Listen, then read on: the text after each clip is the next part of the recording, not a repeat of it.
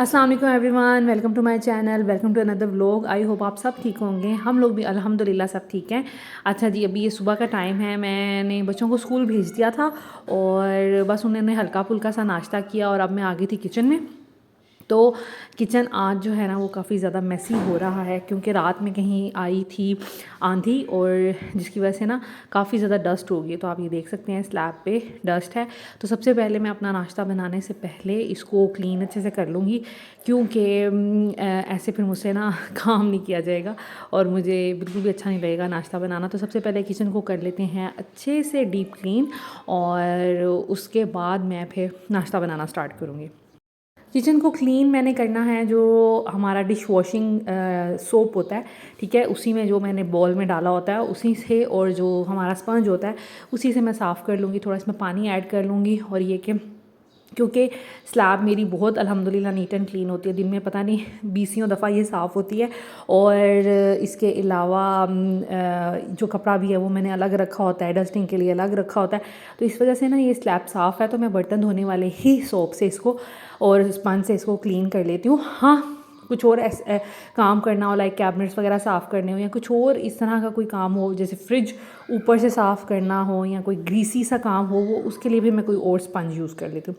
खैर, तो यहाँ पे मैं एक दफ़ा सोप से साफ़ कर लूँगी और 2 दफ़ा मैंने तकरीबन साफ़ पानी के लाइक जो टॉवल होता है उससे मैंने इसको क्लीन कर लिया था। और किचन के लिए मैं यूज़ करती हूँ स्पॉन्टेक्स, आई थिंक ब्रांड है, जिसके आते हैं ये माइक्रोफाइबर क्लॉथ।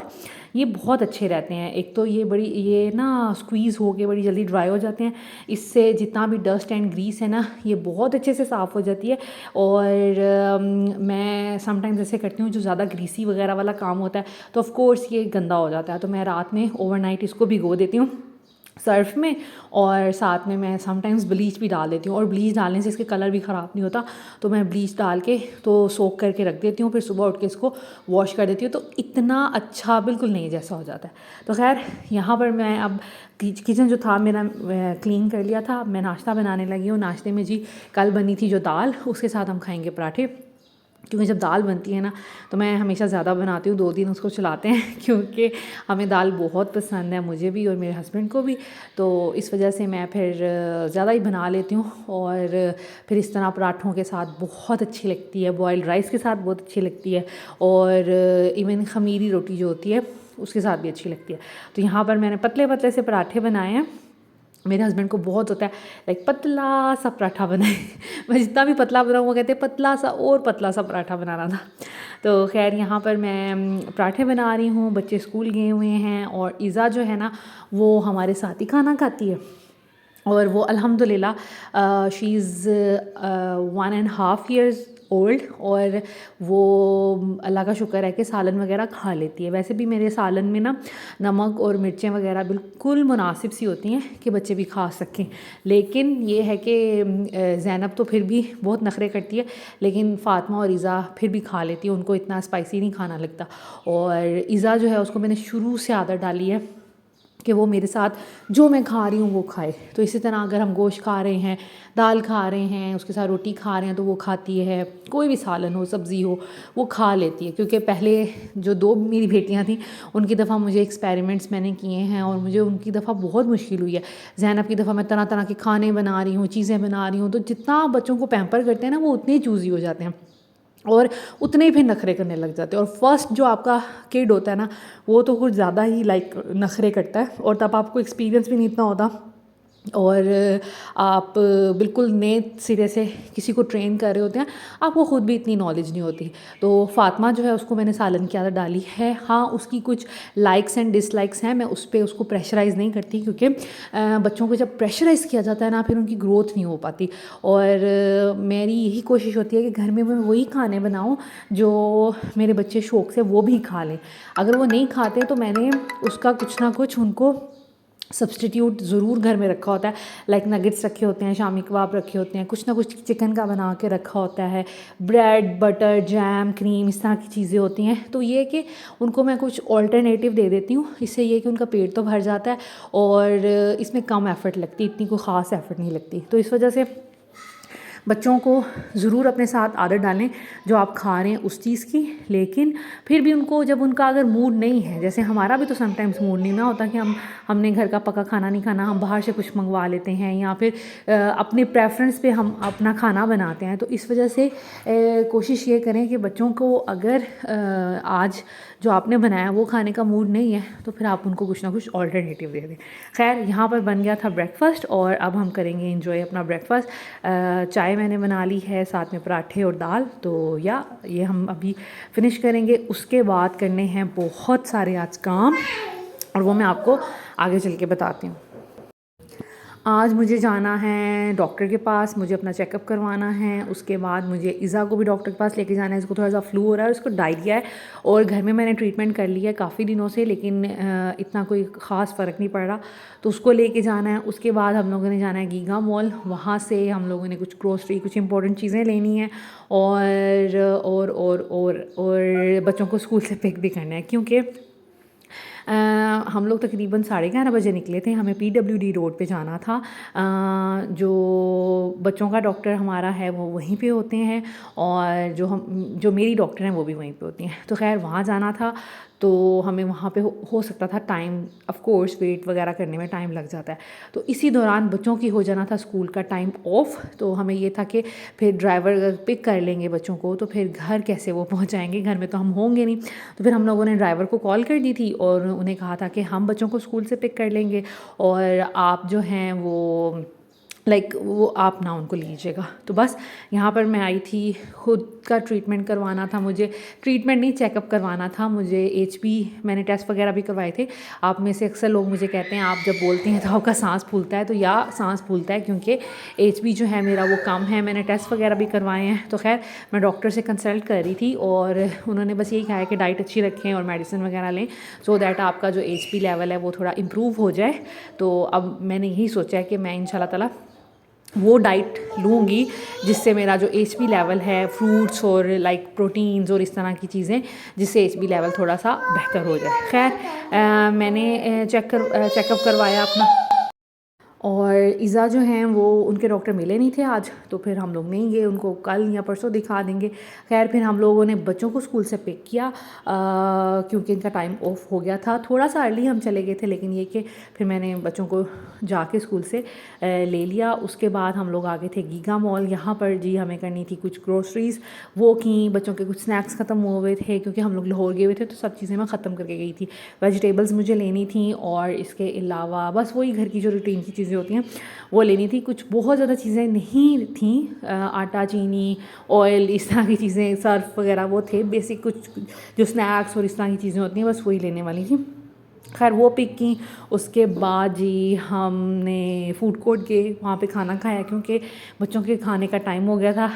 ऑफ कोर्स ये स्कूल से आए थे तो इनको बहुत ज़्यादा भूख लग रही थी, तो फिर हम लोगों ने सोचा कि हम लोग भी, और वैसे भी लंच टाइम तो हो ही गया था ऑलमोस्ट, तो हम लोगों ने सोचा कि हम लोग भी लंच यहाँ पर कर लेते हैं और ये कि फिर घर जाके बच्चे अपनी एक्टिविटीज़ कर लेंगे और मैं थोड़ा रेस्ट कर लूँगी, क्योंकि इतना जब भी मैं गीगा मॉल जाती हूँ मैं बहुत ज़्यादा थक जाती हूँ और टांगों में शदीद दर्द हो जाती है, क्योंकि बार बार एक फ़्लोर पे दूसरे फ़्लोर पे जाना, और जो लिफ्ट है वो काफ़ी दूर होती है, तो इस वजह से ना फिर काफ़ी चलना पड़ जाता है, और कार4 वगैरह में भी चलना पड़ जाता है, तो इस वजह से ना मुझे बहुत थकावट हो जाती है। खैर हम लोग आगे थे फूड कोर्ट में, अपनी जो शॉपिंग थी वो हम लोगों ने कर ली थी। फूड कोर्ट में आए तो हम लोगों को फ़ास्ट फूड ही खाना होता है ज़्यादातर, क्योंकि बच्चे बारबेक्यू, सालन, रोटी इस तरह की चीज़ें नहीं पसंद करते, तो फिर हम वही ऑर्डर करते हैं जो बच्चों को पसंद होता है। तो इसलिए हम लोगों ने बच्चों से पूछा तो इन्होंने खाने थे बर्गर्स, तो फिर हम लोगों ने KFC ऑर्डर कर लिया था, और मुझे भी वैसे भी बहुत पसंद है KFC, तो मेरा ऑल टाइम फेवरेट है, तो फिर इस वजह से हम लोगों ने KFC ऑर्डर कर लिया था। मेरे हस्बैंड को कम पसंद होते हैं बर्गर्स और चिकन पीसीस, कभी कभी उनका मूड होता है, लेकिन उनको ज़्यादा वो प्रेफर करते हैं पिज़्ज़ा, तो उन्होंने अपने लिए मंगवा लिया था एक टीनी टाइनी सा पिज़्ज़ा, और जिसमें से बच्चों को के लिए भी उन्होंने बच्चों का ही फ्लेवर जो उनको पसंद है, मेरे बच्चों को चीज़ेस का यूरो पिज़्ज़ा, ये बहुत मज़े का होता है। और बड़ा लाइट सा होता है। खैर बच्चों ने तो नहीं खाया, फिर बस हस्बैंड ने खाया था और जो बाकी बच गया था वो फिर हम घर ले आए थे। और ये थी जी हमारा आज का डे। अब घर जाकर मैंने सुबह से की हुई थी फ्रिज बंद, क्योंकि मुझे करनी थी क्लीन। मैंने आपको बताया था कि रमज़ान से पहले की मैंने क्लीनिंग की हुई है फ्रिज की ना, तो अब बर्फ़ वगैरह काफ़ी जम गई थी और वो गंदी भी बहुत हो रही थी। तो मैंने सोचा कि आज मैंने ग्रोसरी करनी ही करनी है, तो मैं फ्रिज को क्लीन करके ही ग्रोसरी जो है वो फिर फ्रिज में रखूँगी। और इस वजह से मैं जाने से पहले कर गई थी बंद फ्रिज को।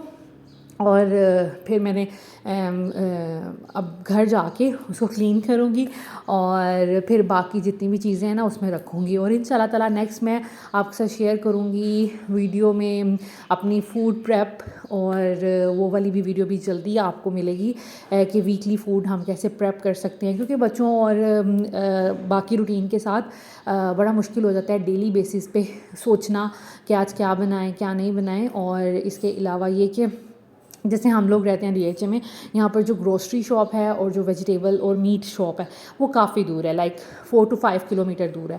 तो हर चीज़ लेने के लिए समटाइम्स तो इसी तरह होता है कि मुझे छोटी चीज़ भी चाहिए होती है, तो मैं फिर कहती हूँ अच्छा इतनी दूर जाना पड़ेगा, अच्छा रहने देते हैं। तो इस वजह से मैं फिर तकरीबन 10 डेज़ की चीज़ें इकट्ठी ले आती हूँ, फ्रूट्स एंड वेजिटेबल्स और मीट वगैरह। तो फिर मैं उसको फ्रीज़ करके पोर्शंस बना के और पूरा मैं सोच लेती हूँ कि मैंने कैसे बनाना है। खैर यहाँ पर जी मैं ये लेके आई थी, बच्चों ने बल्कि ज़िद की थी, मुझे भी वैसे ये बड़ा प्यारा लगा था, कैडबरी का ओकेजन्स। तो मैंने फ़र्स्ट टाइम ही ये परचेज़ किया है, इससे पहले मैंने नहीं देखा था इसको, तो सोचा कि अच्छा चलें ले लेते हैं, बच्चे भी खुश हो जाएंगे और मैं भी देख लूँगी, मुझे आइडिया हो जाएगा कि इसमें कितनी चॉकलेट होती हैं, इसकी प्राइस क्या है और ये क्या किसी को गिफ्ट देने के लिए अच्छी है कि नहीं। तो फिर इसका ये है कि ये देखें, ये बॉक्स तो बहुत बड़ा है। अब मुझे नहीं पता था इसके अंदर क्या है, क्योंकि सील था। तो इसके अंदर 3 डेयरी मिल्क चॉकलेट थी जो 50 रुपीज़ वाली होती हैं, 2 बबली चॉकलेट्स थी और 2 जो थी वो जो नट्स वाली होती है ना, फ्रूट्स एंड नट्स, और एक रोस्टेड आलमंड, वो वाली थी। तो प्राइस इसकी थी 790 रुपीज़। प्राइस ठीक है, और ये किसी एक पर्सन को देने के लिए अच्छा है, लाइक जैसे लड़कियां होती हैं वो उनकी फ्रेंड्स होती हैं, या फिर किसी का बर्थडे है उसको आपने गिफ्ट के साथ चॉकलेट्स गिफ्ट करनी है, या फिर किसी एक बच्चे को आपने चॉकलेट गिफ्ट करनी है, तो उसके लिए मेरा ख्याल है ठीक है। लेकिन पूरी फैमिली के लिए या जहाँ ज़्यादा बच्चे हैं वहाँ उसके लिए ये बिल्कुल भी आइडियल नहीं है। और क्वांटिटी चॉकलेट्स की कम है। प्राइस जो है हम अगर हम अंदाज़ा लगाएं तो ये जितनी भी चॉकलेट्स इसके अंदर हैं तो ये बनती हैं तकरीबन 600 की, 5 to 600 की।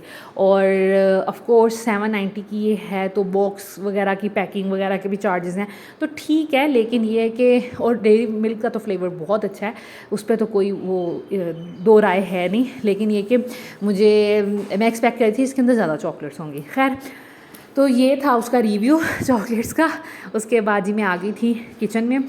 ये थी किचन की सिचुएशन। और जब मैं बंद इसको करके गई हूँ, सुबह क्या हुआ कि मैं स्विच तो इसका बंद कर दिया था, लेकिन इसका डोर वगैरह ओपन नहीं किया था, तो अभी भी बर्फ़ जमी हुई थी।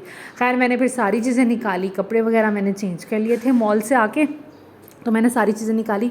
अब मैंने ये सोचा कि मैं करती हूँ, अब मैं यहाँ पर कोशिश कर रही हूँ कि ये बर्फ़ शायद पिघल ही जाए या ये स्पैचुला से थोड़ी हट ही जाए, लेकिन नहीं हटी। तो फिर मैंने सोचा कि अब मैं करती हूँ पानी को बॉयल, और इसमें बॉयल्ड पानी रखती हूँ, उससे ये कि बड़ी क्विकली जो आइस है ना वो मेल्ट हो जाती है। आपने करना क्या है, यहाँ पर मैंने ना नीचे इसके एक ग्रिल बिछा दी, ताकि डायरेक्ट हम फ्रिज में वो नहीं रखेंगे गर्म पतीली, तो नीचे मैंने ग्रिल बिछा दी ताकि उसको एक्सपोर्ट मिल जाए। उसके ऊपर एक प्लेट रख दी, और अब मैं इसके अंदर रखूँगी गर्म पानी की, लाइक एक मैंने देगची में पानी बॉईल कर लिया था, वो मैंने रख दिया। अब मैं दरवाज़ा बंद कर दूँगी। उसके बाद तकरीबन हाफ़ एन आवर मैं लेट गई थी, तो यहाँ पर मैं वापस आई हूँ, तो अल्लाह का शुक्र है कि जो बर्फ़ थी सारी वो मेल्ट हो गई थी, और पानी जो था ना वो रूम टेम्परेचर टाइप पे आ गया था। तो खैर उससे थोड़ा सा गर्म था। फिर इतना पानी आप फ्रिज में गर्म अगर डाल दें तो कोई इशू नहीं है। तो मैंने फिर यही पानी जो पतीली में था, थोड़ी थोड़ी जो आइस रह गई थी, तो उसको भी उसके ऊपर डाल दिया था, जिसकी वजह से वो भी थोड़ी थोड़ी मेल्ट हो गई थी। तो ये कि आसानी हो गई थी और क्विकली काम हो गया था।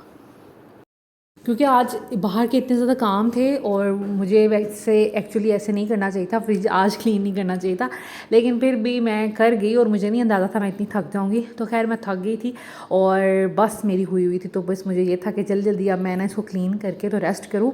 और लेकिन फिर भी इसमें मुझे काफ़ी टाइम लग गया था, क्योंकि मैंने अच्छे से क्लीन करना था सारी चीज़ों को, जो निकालने वाली थी उनको निकालना था, फिर जितने भी जार्स थे, बॉटल्स थी, उन सबको साफ़ करना था। तो इस तरह करते करते ना काफ़ी ज़्यादा टाइम लग गया था। और जो आइस थी वो भी मेल्ट नहीं हुई थी, तो फिर उसके वेट में भी ना मुझे टाइम बेचैनी सी लगी हुई थी कि जल्दी जल्दी बस आइस मेल्ट हो और मेरा काम एटलीस्ट ख़त्म हो जाए। खैर अब ऊपर वाला पोर्शन जो है ऑलमोस्ट साफ़ हो गया है। नीचे वाले मेन काम ही ऊपर वाला होता है, नीचे वाला तो बड़ा इजी होता है और वो तो हम फ्रीक्वेंटली करते रहते हैं। मैं भी इस तरह करती हूँ, जैसे फ्रिज थोड़ी बहुत खाली होती है, चीज़ें उसमें कम होती हैं, तो मेरी यही कोशिश होती है अच्छा कपड़ा लगा दूँ, अच्छा जो पोर्शन गंदा हो रहा है उसको साफ़ कर दूँ। मेरा ख्याल है हर कोई ऐसे ही करता होगा, लेकिन ये कि ऊपर वाले को करना काम मुश्किल होता है और उसके लिए टाइम चाहिए होता है कि आइस सारी मेल्ट हो और ऊपर वाला पोर्शन लाइक कोई मीट वगैरह ऐसी चीज़ ना हो जो ख़राब होने वाली हो, तो फिर उसका ख्याल थोड़ा करना पड़ता है। तो इसीलिए मैं जब से लाहौर से आई थी मैं मटन मीट वगैरह कुछ भी नहीं मंगवा रही थी, इसीलिए कि मैं फ्रिज को खाली करना चाह रही थी ताकि मैं इसमें ज़्यादा से ज़्यादा इसको साफ़ करके तो फिर चीज़ें फिर स्टोर करूँगी और फिर अपना वीकली जो मेरा फूड का सारा होगा प्लानिंग वो स्टार्ट करूँगी। और इसीलिए मैं ज़्यादा वेजिटेबल्स और फ्रूट्स भी नहीं ले रही थी। आज फिर कारफोर गए तो मुझे पता था मैंने फ्रिज को क्लीन कर लेना है, तो फिर आज मैंने सारी चीज़ें ले ली ताकि हमारे हफ्ता 10 दिन ना अच्छे से गुजरें। फ्रूट से तो ऑफ कोर्स इतना टाइम नहीं गुजरता, वो वैसे भी पेरिशेबल हैं और बड़ी जल्दी ख़त्म हो जाते हैं, बच्चों को भी बहुत पसंद है। लेकिन ये कि वेजिटेबल्स और मटन और चिकन वो स्टोर किया जा सकता है। खैर यहाँ पर मैंने ग्रिल ऊपर वाली वॉश कर ली थी, इसके मैट मैंने वॉश कर लिए थे, लेकिन इसके जो पुराने मैट थे ना वो फटे हुए थे। फिर मैंने कैबिनेट में देखा ये मेरे पास स्पेयर पड़े हुए थे, तो अब मैं जो फ्रिज लाइनर होता है वो मंगवाऊंगी क्योंकि वो बड़े खूबसूरत लगते हैं। लेकिन खूबसूरती के अलावा जो आपके पास पहले से चीज़ है आपको वो यूज़ कर लेनी चाहिए। ये मेरे पास पहले के मैट पड़े हुए थे तो मैं इन्हीं को यूज़ कर रही थी, और जो इससे पहले भी बिछाए थे वो भी मैं किचन के कैबिनेट्स के लिए लेके आई थी, तो वो भी बचे हुए थे तो मैंने फ्रिज में बिछा दिए थे। खैर अब वो फट गए, उनको तो मैं डिस्कार्ड कर रही हूँ। ये वाले जब तक चलेंगे ठीक है, फिर मैं इंशाल्लाह ताला नेक्स्ट जो फ्रिज के मैट्स होते हैं वो मंगवाऊंगी दराज से और फिर फ्रिज में वो बिछाऊंगी। खैर ऊपर वाले पोर्शन में मैं मैट नहीं बिछाती क्योंकि ऊपर वाले पोर्शन में ना सारी जो फ्रोज़न आइटम्स होते हैं ना, नगेट्स और इस तरह की चीज़ें मैं वो रखती हूँ, तो उनसे इतना मैस नहीं होता। नीचे मैंने रखना होता है गोश्त वगैरह, तो वो ताकि चिपके नहीं ग्रिल के साथ, इसलिए उसको सपोर्ट भी मिल जाती है मैट की मदद से। तो मैं दरमियान वाले में गोश्त वगैरह रखती हूँ और सबसे नीचे पानी शानी इस तरह की चीज़ें। तो खैर अब ये सारी क्लीनिंग हो गई है। उसके बाद अब नीचे वाले पोर्शन को मैंने साफ़ करना था, तो मैंने सोचा कि उसको साफ़ करने के बाद मैं जितनी भी बॉटल्स वगैरह ना समटाइम इन पे चिकनाई वाले हाथ वगैरह लग जाते हैं तो बुरी लगती हैं, तो मैंने सोचा कि इनको भी अच्छे से क्लीन करके तो फिर ही रखूँ, वरना फिर ये रह जाएंगी। अक्सर इनकी चीज़ों के कैप्स वगैरह भी गंदे हो जाते हैं, तो ये सब चीज़ें फिर मैंने क्लीन कर ली थी। और एग्स वगैरह भी मैं लेके आई थी, एग्स भी रख दिए थे फ्रिज में, और बाकी फ्रूट्स वगैरह जितने भी थे वो भी मैंने रख दिए। पहले का वाटरमेलन पड़ा हुआ था तो वो भी मैंने फ्रिज क्लीनिंग के साथ साथ ही मैंने वो काट के पूरा वाटरमेलन पड़ा था तो मैंने बॉल में डाल के रखा कि ये पड़ा हुआ है, और एक तो जगह भी बहुत ले रहा है, दूसरा ये कि काटूंगी तो कोई खाएगा और हस्बैंड को समटाइम्स ना रात में बड़ी भूख लग जाती है, तो वो फिर फ्रूट्स वगैरह पड़े होते हैं तो वो फिर खा लेते हैं, क्योंकि वो रात देर तक जागते रहते हैं। मैं तो जल्दी सो जाती हूँ तो उनको कुछ ना कुछ क्रेविंग होती रहती है, तो वो फिर फ्रिज में इस तरह की चीज़ें पड़ी हों तो वो आसानी से ना खा लेते हैं। और समटाइम्स तो ऐसे होता है कि सालन वगैरह बनाओ तो मैं रोटी भी एक स्पेयर बना के रख देती हूँ, क्योंकि ये रात को 2-3 बजे तक भी अक्सर काम करते रहते हैं या वैसे ही कोई मूवीज़ वगैरह देखते रहते हैं, तो फिर ये कि इनको भूख लग जाती है, तो मैं इस तरह करती हूँ। खैर किचन जो है साफ़ हो गया था, फ्लोर गंदा हो गया था क्योंकि मैंने किचन को वो फ्रिज को साफ़ किया था, तो इस वजह से ना गीले गीले पाँव लग लग के काफ़ी ख़राब हो गया था, तो मैंने इसको भी अच्छे से वॉश कर दिया है। और फ्रिज में जितनी भी चीज़ें रखनी थी वो सारी रख ली हैं। पानी रह गया तो वो फ़िल्टर से मैं पहले बॉटल को फिल करूँगी, तो फिर जितने भी आइस क्यूब्स वगैरह हैं, सॉरी आइस ट्रेज़ हैं और बॉल्स हैं उनको फिल करूँगी। बाकी एग्स वगैरह भी रख लिए थे, नीचे से भी सब चीज़ें जो रखनी थी रख ली। ये वाटरमेलन काट के रख लिया है ताकि अब बच्चे या हस्बैंड या मैं फिर आसानी से खा लें, तो या ये थी फ्रिज की क्लीनिंग। उसके बाद जितने भी फ्रूट्स वगैरह लेके आई थी और जो वेजिटेबल्स धोने वाली थी वो धो के मैंने इन बास्केट्स में डाल के रख दी थी। अब मैं काफ़ी ज़्यादा थक गई थी, अब मैं थोड़ा रेस्ट करूँगी उतनी देर ये कि इनका पानी वगैरह खुश्क होगा, इनको थोड़ी हवा लगेगी तो फिर इनको फ्रिज में रखूँगी। और ये सारे लाइक पालक लेके आई थी, धनिया पुदीना लेके आई थी, ये मैं एज इट इज़ फ्रिज में रख दूँगी क्योंकि इनको धो के तो रखना नहीं है। तो सुबह ये कि इनको बना लूँगी मैं और इन चीज़ों को मैं एज इट इज़ फ्रिज में रख लूँगी, फिर आहिस्ता आहिस्ता सेट करूँगी क्योंकि अभी तो मैं बहुत शदीद किस्म की थक गई थी। और या बच्चों को पढ़ाया भी फ्रिज साफ़ करने के बाद, तो उनको खाना खिलाया, पढ़ाया, तो उसमें भी फिर वो तो ड्यूटी साथ साथ चलती रहती है। खैर किचन जो है अब अल्हम्दुलिल्लाह क्लीन है। आज का व्लॉग यहीं तक का था। आई होप कि आज का व्लॉग भी आपको अच्छा लगा होगा। Thank you so much for watching this video. Take care. अल्लाह हाफिज़।